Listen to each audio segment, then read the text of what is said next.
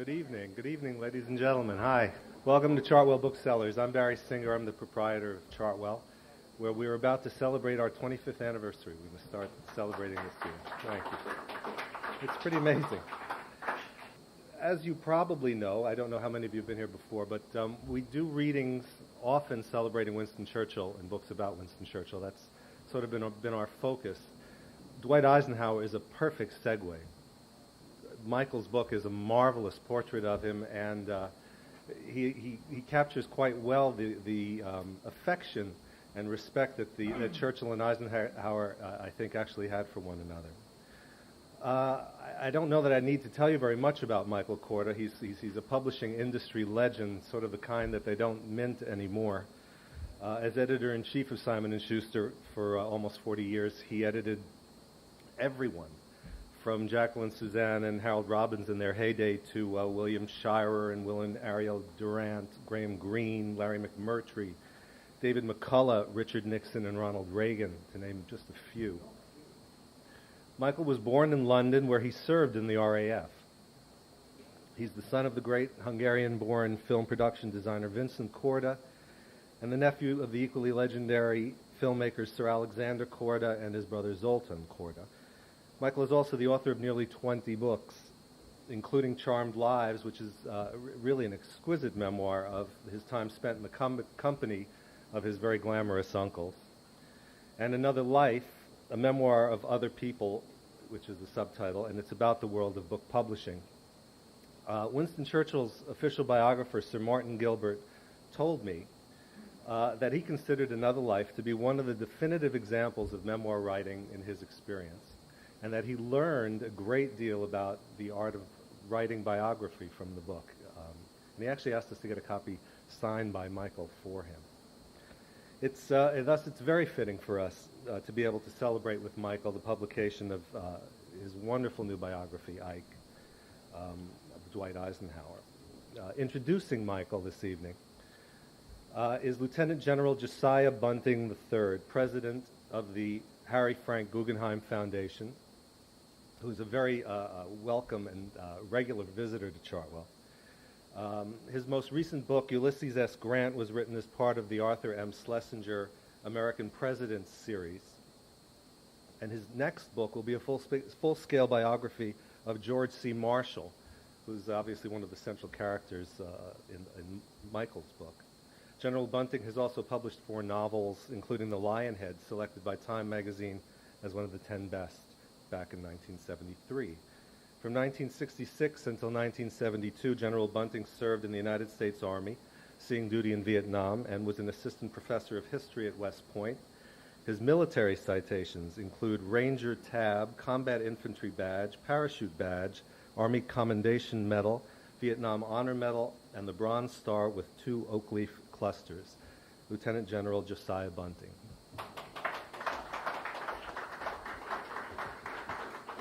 Thank you very much. I don't know how many of you saw General Petraeus' presentation this evening, but one of the great distinctions between General Petraeus and his contemporaries and General Eisenhower and Marshall and their contemporaries was that the modern-day American generals appear festooned in ribbons and decorations. This man looked like a prince of the opera, 11 or 12 rows extending underneath his epaulette and all kinds of.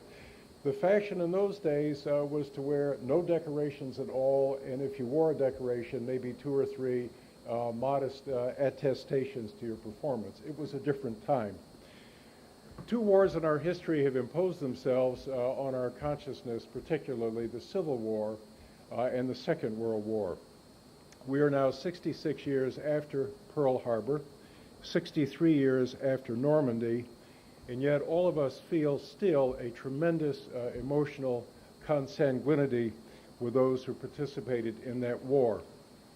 We somehow think of the end of the war and the 4 or 5 years after the end of the war, up until 1949 or 1950, as a kind of a golden age of American achievement, of American honor, a time in which Europe and the rest of the world looked at us not only with respect, but with affection and with admiration. A Czech citizen watching a parade at the end of the war looking over contingents from all of the Allied countries, noticed a big American unit near the end of the parade. The men were not all in step. They were not marching with snap and precision. His friend made a critical comment. He looked at his friend who had made the critical comment and said simply, "You're right. They marched like free men." Wonderful tribute. In that war, useful to remind ourselves, 16 million Americans served. We were then a country of between 131 and 135 million. 12 million in uniform in 1945. Almost 90% of the Army were draftees. Long after the war ended, they celebrated their common American-ness. They were now, as they look back on their service, neither Italian, Jewish, Episcopalian, Kentuckian, Montanan, New Yorker. They were Americans who had served. And they were led by soldiers who were themselves, as Emerson said of Abraham Lincoln, elemental Americans: Bradley, Eisenhower, Marshall, Stilwell. And of all of them, Dwight Eisenhower retains the warmest affection and greatest respect and admiration for most of us. Michael Korda, our guest and our speaker this evening, has written a truly beautiful, beautiful book about Ike. His book, as you know, climbs into a dense and crowded marketplace filled with daunting, big, scholarly volumes about General Eisenhower. But this one comes, it seems to me, much closer to communicating what General Eisenhower, what Ike as a soldier was really like. It is written from a cosmopolitan perspective, its authors. What did Ike look like to the Allies? What did he look like to ordinary Englishmen and Europeans? How did he live when he was preparing the great army, the greatest Allied army of the war that would invade Normandy? How did he manage to keep hidden what Eric Larrabee called that icy intelligence of his as military commander, strategist, logistician, and convince the world that he was simply and gloriously good old Ike? In February 1941, he was an obscure lieutenant colonel at Fort Lewis in Washington State. Less than 3.5 years later, next to President Roosevelt, he was the most famous American in the world.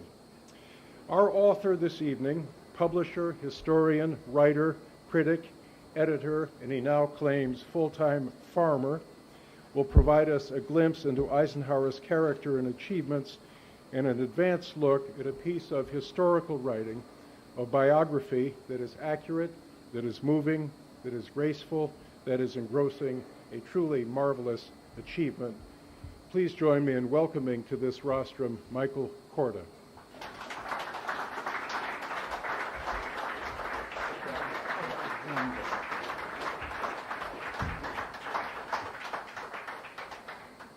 Let me begin by saying that the two things I have learned a biographer should have. One is patience, because if you read enough, if you go through enough documents, you will find something about your subject that has not been said before, however improbable that may seem to you. The other is that you must have for your subject a degree of sympathy and even of affection and love. I cannot conceive what it would be like to write a long biography of someone I didn't admire and like. I had always admired Ulysses S. Grant, and so writing his biography from the very beginning was a pleasure to me. In writing that biography, it occurred to me very early on how very similar in many ways, drinking apart, Ike and Grant were. Both Midwestern boys, both boys who were gawky and out of place at West Point and went there largely, not out of any military ambition, which was completely lacking in them, but because it offered a first-rate free education for boys who would otherwise not have gone to college but stayed on the farm doing backbreaking work. Both brilliant generals who understood how to put American might and forces and American population to work on the battlefield for victory. Both, in my opinion, much better presidents than they are judged now to have been. Ours is neither a nation nor a culture given to extended hero worship. Ralph Waldo Emerson understood his own countrymen only too well when he wrote, "Every hero becomes a bore at last." In Emerson's own lifetime, he would see both Andrew Jackson and Ulysses S. Grant cut down to size. There is simply no place in American life for the enduring national cult of a hero, the equivalent of France's cult of Napoleon, England's cult of Nelson for many years, and now of Churchill. Perhaps it is the price of our being a democracy and of a deep inherent distrust of the very idea of an elite. We are all in America egalitarians at heart, or at least we feel obliged to pay homage to the idea. We have a natural tendency to nibble away at the great figures of our past, to cut them down to size, to dig through their lives for faults, mistakes, and weaknesses, to judge them severely by the standards and beliefs of the president rather than those that prevailed when they were alive. Thus, Washington has been marginalized as a dead white male, as well as a slave owner, remembered more by most people for his ill-fitting false teeth and for the legend about his cutting down the cherry tree than for his generalship or his presidency. Thus, Jefferson has been downgraded from his lofty position as the author of the Declaration of Independence to being treated as a slave owner, a hypocrite. Thus, Grant's tomb sits forlorn and seldom visited at Riverside Drive and 122nd Street, although until the beginning of the First World War, it was a bigger tourist attraction in New York City than the Statue of Liberty. It is a simple fact of American life, this urge to splash graffiti on the pantheon of our national heroes. In other countries or cultures, the building up of national heroes is a full-time job, respected and well rewarded. In France, with membership in the Académie Française and the Legion of Honor. In the United Kingdom, with knighthoods and a cozy place in the cultural establishment. While in ours, whole profitable segments of the media and publishing industries prosper by tearing them down. Sic transit gloria mundi might as well be our national motto. Already in his own lifetime, for example, Dwight D. Eisenhower underwent a rapid transition from world-class five-star hero to being dismissed by many of his own countrymen as more interested in his golf store than in politics, deaf or at least hard of hearing to the pleas of civil rights leaders, and towards the end of his 8 years in office, overshadowed by the youth and glamour of Jack Kennedy. The 1950s, the, quote, Eisenhower years, unquote, still conjure up a world that seems far removed from our own, even to those who came of age in it. Men wearing hats with narrow brims, suits with narrow lapels, huge great tail-fin cars gleaming with chrome and guzzling gas, the dizzyingly rapid growth of the suburbs, the fiction of women as happy, contented housewives, McCarthyism, the height of the Cold War, the threat of nuclear warfare, the so-called missile gap, an age when cigarettes weren't considered harmful, the pill had yet to be invented, hemlines came below the knee, and when conformity, at least on the surface, ruled the land. Ike, as he was referred to by everyone, presided over this now vanished America, benign, avuncular, occasionally exasperated. His idea of a good evening was said to be watching old westerns on television. The President and Mrs. Eisenhower seated side by side in front of the set with a television tray for each of them. His idea of a good meal, scotch on the rocks and a steak. Although Ike, with his big trademark grin, looked like a gregarious soul, this was in part a facade, a protective mechanism, like a lot of things about him. True, he had grown up poor in Abilene, Kansas, but he was also a West Pointer, a five-star general, a former Supreme Commander, a man who, to quote Kipling, had walked with kings nor lost the common touch, and dealt as an equal with Churchill, Roosevelt, Stalin, and de Gaulle. Decades after serving 2 terms as his vice president, Richard Nixon was still complaining to anyone who would listen how seldom the Eisenhowers had ever invited the Nixons to a private dinner at the White House, just the 4 of them together, a subject about which even Mrs. Nixon often expressed to the very end of her life what was for her a very rare degree of resentment. It has become conventional wisdom to believe that Ike's heart wasn't in politics. But like another victorious American general, Grant, he accepted the presidency more out of a sense of obligation than from ambition. But that is untrue, part of the Ike myth. The real Ike was a supremely gifted politician with an intimate knowledge of Washington and how it works, gained in part for serving for 7 years as General Douglas MacArthur's military aide. The real Ike was fiercely ambitious and competitive, with a carefully honed gift for concealing that. He had a terrifying hair-trigger temper, despite the big smile and the firm handshake, and a brilliant first-rate mind which he did his best to hide, partly out of genuine modesty, partly because he had learned how to play poker from a master as a boy in his teens. Indeed, throughout his long career in uniform, he was widely recognized as the best poker and bridge player in the United States Army in an age when that mattered. And not surprisingly, for a soldier, he could curse like a trooper. Henry Kissinger still remembers today being on the receiving end of Ike's curses over the phone when he was Nixon's national security advisor.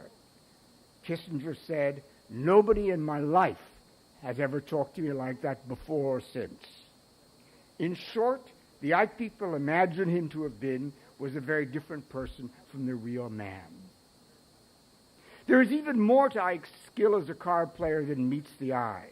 Ike came on his father's side from solid Mennonite stock, bearded German farmers, German-speaking still, not unlike their neighbors in Pennsylvania, the Amish, who refused to allow card playing, liquor, or smoking in their homes, and who were, above all, scrupulous pacifists.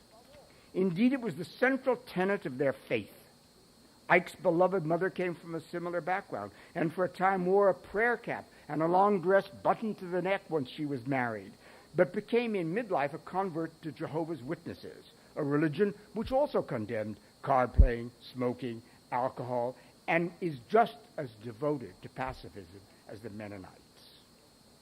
How the boy from Abilene, to which his grandfather and many other Pennsylvania Mennonites had moved after the Civil War, grew up to attend the United States Military Academy and make war for his career, as well as to support himself as a cadet and a second lieutenant largely on his poker winnings, is one of the many mysteries in Ike's life for a biographer to explore. Sufficient to say, Ike's life is a great story. One of the saddest things about our country is the way it no longer learns or teaches its own history, let alone anybody else's. Everybody of consequence in our history gets ruthlessly oversimplified and distorted.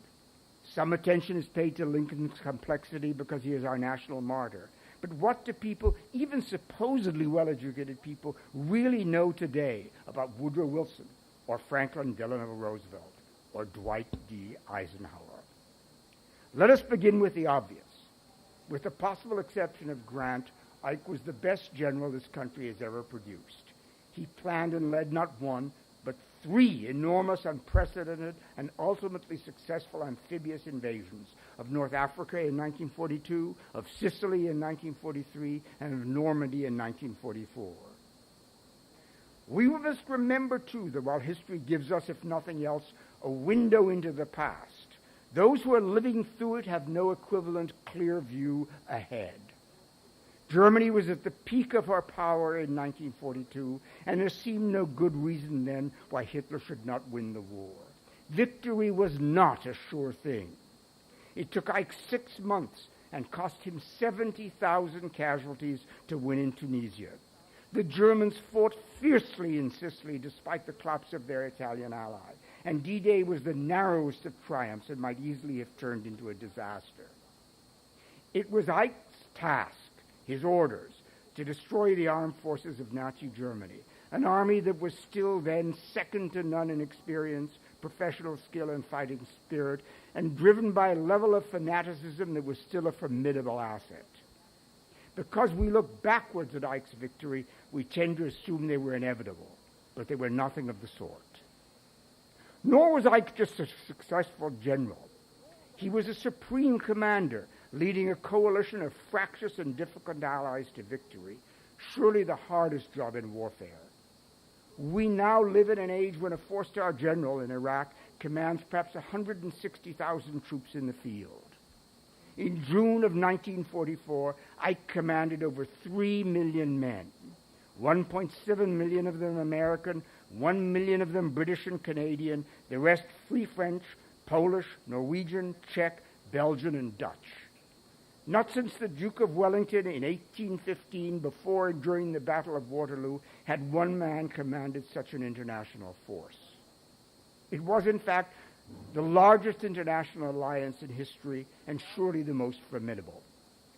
Ike had under his command over 11,000 aircraft, 7,000 ships, with 170,000 men already at sea as he sat down at 9:30 in the evening of June 4th, 1944, in the middle of continuing bad weather and high seas to make the final decision as to whether to carry out the invasion of Europe on June 6th or postpone it until later in the month or even to July. He was supreme commander, Allied forces in Europe. It was his decision and his alone to make. He was under no obligation to consult with anyone, nor did he. Ike's orders simply read, and I quote, "You will enter the continent of Europe, and in conjunction with the other United Nations, undertake operations aimed at the heart of Germany and the destruction of her armed forces." As he sat chain-smoking in the library of Southwark House near Portsmouth, listening to the wind and the rain that rattled the blacked-out windows, the full responsibility for the most momentous and critical decision of World War II rested on his shoulders. The meteorologists had given their forecast. There was nothing more to be said. He sat in silence, smoking, for almost 3 minutes. Those who were present remember the ticking of a clock in the room.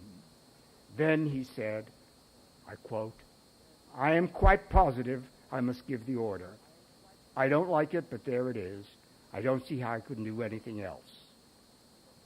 Then, as his subordinate commanders rushed off to the telephones and the telex machines, Ike stood up and left the room. He had given the order. The invasion would take place on the morning of June 6th, and nothing could stop it now. And he went back through the rain to the simple trailer where he lived and sat down to write on a small piece of paper with his fountain pen what he would say to the press the next morning if the invasion failed.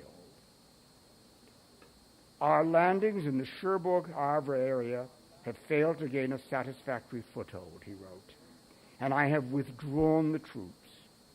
My decision to attack at this time and place was based on the best information available. The troops, the air, the Navy, did all that bravery and devotion to duty could do. If any blame or fault attaches to the attempt, it is mine alone." He folded this note up and put it in the best pocket of his short uniform jacket. They were already known as Eisenhower jackets, and buttoned the pocket so he would know where to find it if he needed it. As we all know, he would not need it. The chances of the invasion succeeding were rated at no better than 50-50. It was the greatest gamble of the war, but Ike brought it off. The note was never read. There is, however, in this glimpse of Ike, everything that made him a great commander and an American hero. Humility, the strength to accept crushing responsibility, the willingness to admit it when he made a mistake, the courage to do what looked like the impossible, and to do it with a grin that made it look easy. It is easy now to forget the battles he fought and won, how he turned a humiliating defeat in Tunisia into a victory, at one point advancing himself towards a German attack with his pistol drawn, perhaps the only full general to do such a thing in the history of both world wars. It is easy now to forget about how hard that war was and how much of it was fought under Ike's command. The near thing at Salerno, when the Allied armies were almost driven off the beaches by the sheer ferocity of the German counterattack, and when destroyers came in so close to the beach that they fought gun duels with German Tiger tanks on shore until the tubes of their own guns turned red hot. It is easy to forget about the Battle of Saint-Lô and the closing of the Falaise Gap, about the liberation of Paris and the airborne drop on Arnhem, and the Battle of the Bulge and the crossing of the Rhine at Remagen. In each of these battles, through all the tragedies and catastrophes of war, Ike kept his cool, retained and communicated to all his soldiers, whatever their rank, his optimism, stuck to his plans, dealt with such difficult subordinates as Monty and George Patton, chose and defended against such vehement prima donnas as Winston Churchill, Charles de Gaulle, and Stalin his strategy for victory, and in the end achieved just what he had promised to do when he accepted the German surrender at Reims, and addressed a German general for the first and only time in the war, telling Colonel General Jodl, quote, "You will officially and personally be held responsible if the terms of this surrender are violated, including its provision for German commanders to appear in Berlin at the moment set by the Russian High Command to accomplish the formal surrender to that government. That is all. You are dismissed." He then dictated a cable to Washington with the shortest, most personally modest, and least triumphalist message of victory since that of Grant's for mathematics. Quote, "The mission of this Allied force was fulfilled at 0241, local time, May 7th, 1945, signed Eisenhower." Ike went on from there, from that great victory, to become president of Columbia University, the architect and first supreme commander of NATO, and eventually president of the United States. As president, he ended the war in Korea with an armistice that is still in place 56 years later. He guided our country through the dangers of the Cold War. He kept the peace for 8 years, presided over the rebuilding of Europe, and when challenged by Governor Orwell Forbes of Arkansas over the Supreme Court decision requiring the end of school segregation, Ike rejected the use of U.S. Marshals or FBI agents and instead, reluctantly but unhesitatingly, used the fully armed troopers of the 101st Airborne, one of the airborne divisions that had dropped on Normandy at his orders on the night of June 5th, to escort black students through angry mobs to the high school. Ike wanted peace, yearned and worked for it at home and abroad, but he knew that when the United States was obliged to use force, whether it was in Little Rock or Normandy, it must be maximum irresistible force, with the moral backing and the involvement of all Americans, in support of a well-thought-out plan for total victory, not ever pinpricks or the wastage of a long drawn-out occupation or guerrilla war. He is best summed up in his own words that are as important and pregnant today as they were nearly 50 years ago when he was president, and should perhaps be studied by others in the Oval Office and those who aspire to it. On the subject of defense, for example, Ike said, "Every gun that is made, every warship launched, every rocket fired represents in the final analysis a theft from those who hunger and are not fed, who are cold and not clothed. This world at arms is not spending money alone. It is spending the sweat of its laborers, the genius of its scientists, the hopes of its children." How few generals or presidents have ever spoken so eloquently on the subject as that. On the subject of Vietnam, Ike said, "No one could be more bitterly opposed to ever getting the United States involved in a hot war in that region than I am. I could not conceive of a greater tragedy for America." On the subject of Social Security, the boy who grew up poor in Abilene defied the right wing of his own party and said, "Should any political party attempt to abolish Social Security, you would not hear of that party again in our political history." Ike has a certain reputation for garbled syntax in his speeches, but I have to say that on matters that concerned him, he spoke and wrote with the clarity that always characterized his orders. For example, on a subject that concerns us all today, we would do well to listen to what Ike had to say. Quote, "The United States has no business transforming itself into an occupying power in a seething Arab world. I am sure we would regret it." It is time, I believe, to recognize not only Dwight D. Eisenhower's skill as a general, but his wisdom and humanity as a president, and to appreciate the extent to which the survival of America depended on his homespun virtues: honesty, modesty, hard work, devotion to duty, personal courage. He was, I believe, a true American hero. It has been a privilege, an honor, and a great pleasure to work now for 3 or 4 years, I have stopped to count them, on Ike's biography. I have enjoyed knowing him. I respected him before I began the book. Now that I've finished the book, whatever happens to it, I respect him even more than I did before. I don't think a biographer could say more for his subject than that.